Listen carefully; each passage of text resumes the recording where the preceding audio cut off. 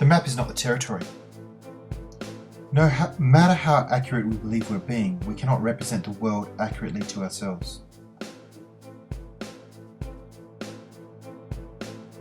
So the best map of Australia will only ever be a map. It can never be the nation itself. It can never be the continent itself.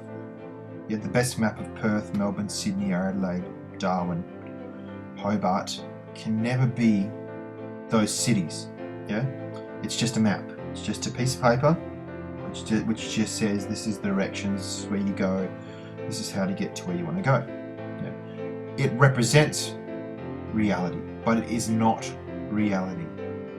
So too with us. We have a representation of reality within us, which is called our map, but that representation is only a reflection of us and what we believe.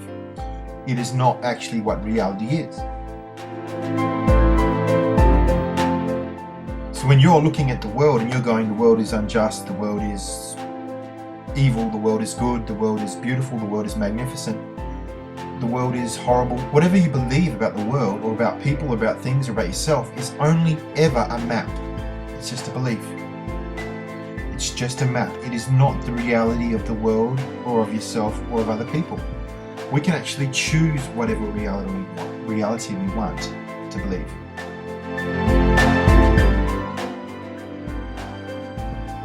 Everything is perception. Your map of the world will be unique to your values, attitudes, beliefs, experience and stories. No two maps are the same in the whole world. Everyone's different.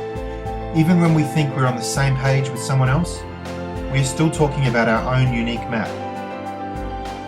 So it's important to be clear. It's important to be clear about what your map is and to have an awareness of what your map is. Because if you're ignorant about your map, you're letting something that be out of your control, when you can actually change it to be what you want.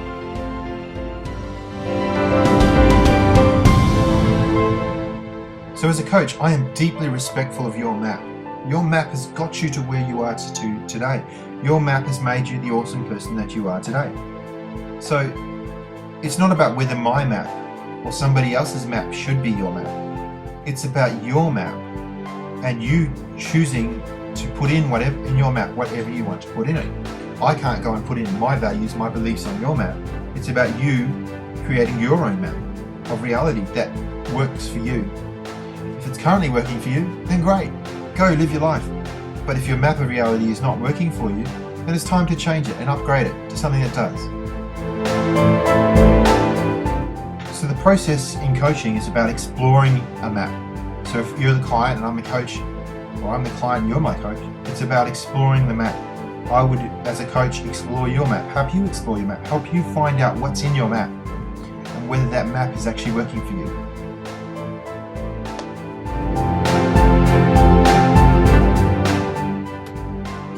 If you're not getting the results you want in your life, it is a map problem. It's a problem with your map. Yeah? And you have the power to change it, which is so awesome. So I may see flaws in your map, as you may see flaws in my map or in everyone else's map, but it's not about judgment.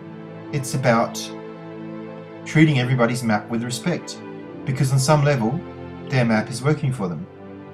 Their map might be keeping them safe from hurt, or keeping them happy, keeping them comfortable. Whatever it gives them, it means they will continue with that map, regardless of its flaws, if it's serving a valuable purpose for them. Think about someone who's constantly late to work. They know logically they need to be on time, yet they continue to be late day after day. Logic isn't working. If we get curious about how being late is working for them, we can learn much about their map. If someone is late, we could ask them, how is this working for you? We might discover that whenever they come on time, a boss might give them too much work, or they miss getting their kids to school, or they hit more traffic, or they believe people who are on time are losers. The possibilities are endless as to what this person could believe about their map. It doesn't matter what we think of their beliefs or their map. What matters is that the map of the world is working for them. So, is the map working, or is it costing them? Is your map working for you, or is it costing you in your life? If it's costing you too much, you might want to change it so it actually benefits you. So I could ask you, what is this choice costing you? What is this map costing you? What is this choice preventing you from doing?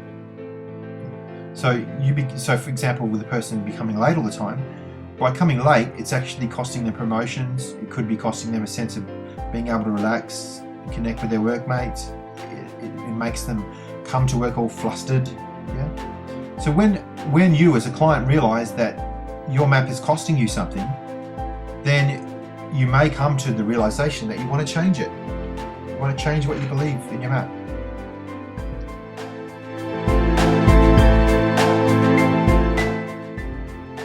Two million bits of information hits our eyes every second, yet we only process about 132 bits, or 7 plus or minus 2 chunks of information. This means that we are constantly deleting, distorting and generalizing the information so that we can allow in what we consider relevant and leave out what we consider irrelevant. What we allow in and what we leave out depends on our map of the world. If we believe the world is a harsh place and the people are mean, we will delete evidence of kindness as irrelevant, or not really counting. And we will distort kindness as they didn't mean it, or they were just saying that. They just wanted something from me. And we will generalize it as evidence of hurt, as people are all like that. We are constantly deleting, distorting and generalizing to make sense of our world. The question is what we are leaving out, changing and generalizing working for us?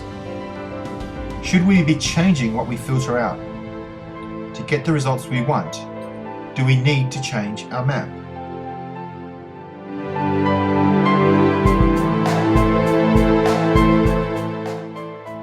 Everybody's doing this all the time. Every single person you see out there in the world has a map. So everyone's doing this. We can't possibly filter in everything all the time, or we'd be unable to function. Imagine if we could just process all the information that was hitting our eyes. We'd be absolutely overwhelmed by the amount of information coming at our senses. We filter to protect ourselves. Yet, sometimes what we filter out is some of the stuff that we actually need.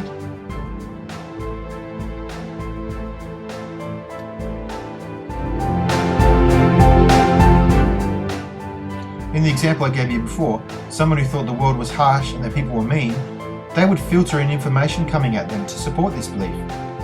What if they changed their belief to people are kind and compassionate and have good intentions?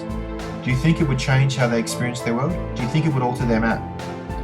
Now they would delete evidence of people not being kind or distort acts of unkindness to that's not like them, they must be having a bad day. Or maybe they didn't know what they said. Or they would generalize an act of kindness to be evidence that they are always kind. Do you see how powerful this theme is in your life, in all aspects of your life?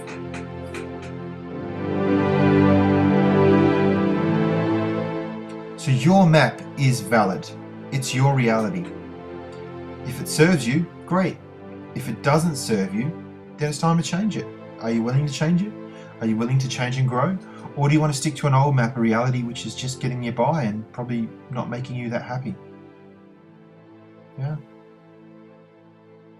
So it's awesome. Get to know your map. Find out what you believe, and later on, part of this, I'll show you how to do that in more detail.